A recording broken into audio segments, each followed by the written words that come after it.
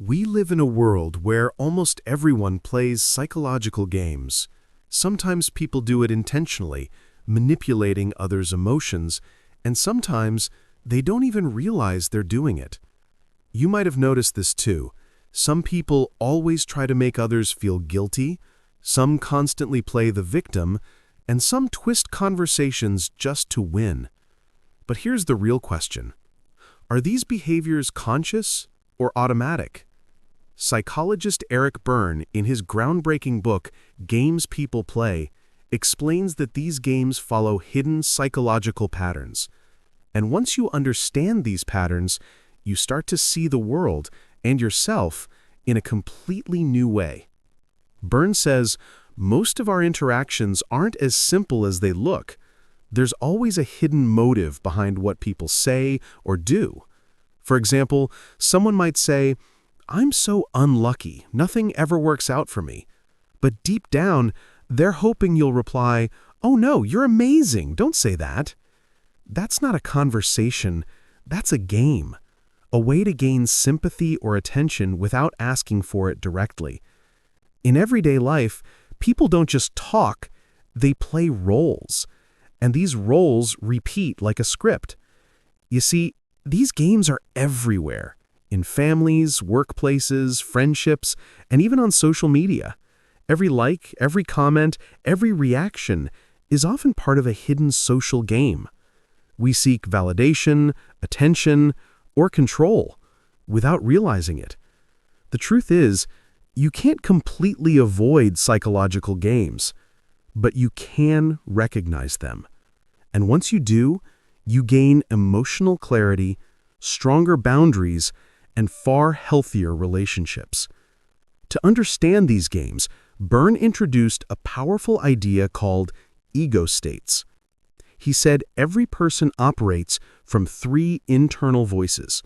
1, parent, 2, adult, 3, child. Let's break that down. The parent ego state is the voice you inherited from authority figures, your parents, teachers, or elders.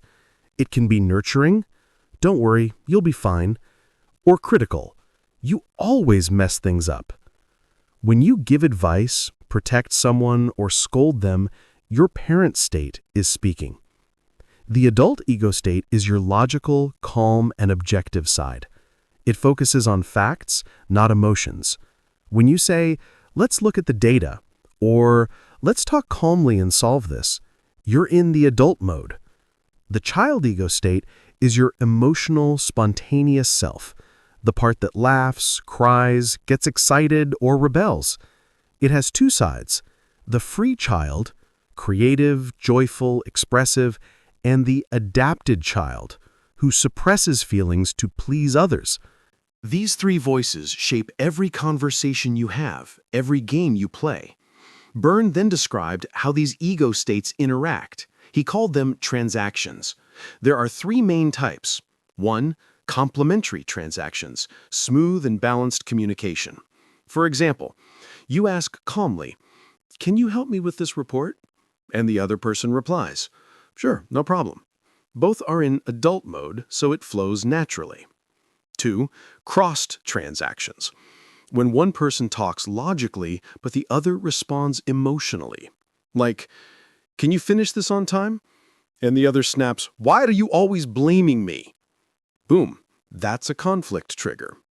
3, ulterior transactions, the hidden kind. On the surface, the words sound innocent, but there's a secret message underneath. Like someone saying, "I'm such a failure," when they actually want you to comfort them. These are the building blocks of every psychological game. Now let's talk about the games themselves, the ones you probably see every day. 1, kick me game. The person who constantly invites criticism. They put themselves down, hoping others will confirm their worth. 2, see what you made me do game. Blaming others for their mistakes. "I messed up because you distracted me." 3, now I've got you game. People who wait for others to slip, then use that moment to feel powerful or morally superior. 4, If it weren't for you game. Blaming someone else for one's own lack of success. If it wasn't for my partner, I'd have achieved so much. 5. Look how hard I've tried game. Pretending to try, not to succeed, but to earn sympathy. I did everything I could, but life is unfair. 6. Courtroom game. Turning every argument into a trial. The goal isn't to solve anything, it's to win. 7. Sweetheart game. Overly polite and flattering on the outside, but filled with hidden resentment underneath. 8. Blame game or advice rejector. When people constantly complain but reject every solution because what they actually want is attention, not change. Sound familiar? We all know someone who plays one of these, and if we're honest, sometimes we play them too. But here's the good news. Not all games are toxic. Some are positive, life-giving patterns. 1. Happy to help. Helping others purely out of kindness without expecting anything back. 2. Homely sage. Sharing your wisdom to genuinely guide others. 3. Business holiday. Working with joy, curiosity, and playfulness, where learning feels fun. 4. They'll be glad they knew me. Living in a way that people remember you for your warmth and light. These are the games that build connection instead of conflict. At the end of his book, Eric Berne leaves us with a powerful insight. You can't stop people from playing games, but you can stop playing them yourself. The moment you recognize these hidden patterns, when you see how words are used for validation, for control, or for self-protection, you start living with awareness. And awareness is freedom. True connection doesn't come from manipulation. It comes from honesty, from emotional maturity, and from having the courage to be real. So next time someone tries to guilt-trip you or plays the victim, pause for a second and ask yourself, is this just another game? Because once you see the game, you no longer have to play it.